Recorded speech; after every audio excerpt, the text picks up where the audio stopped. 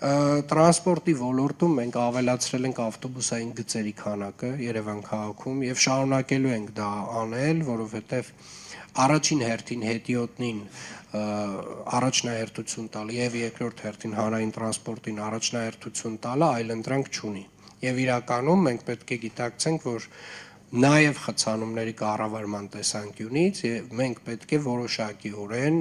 մեր շարժակազմերը ավելացնելով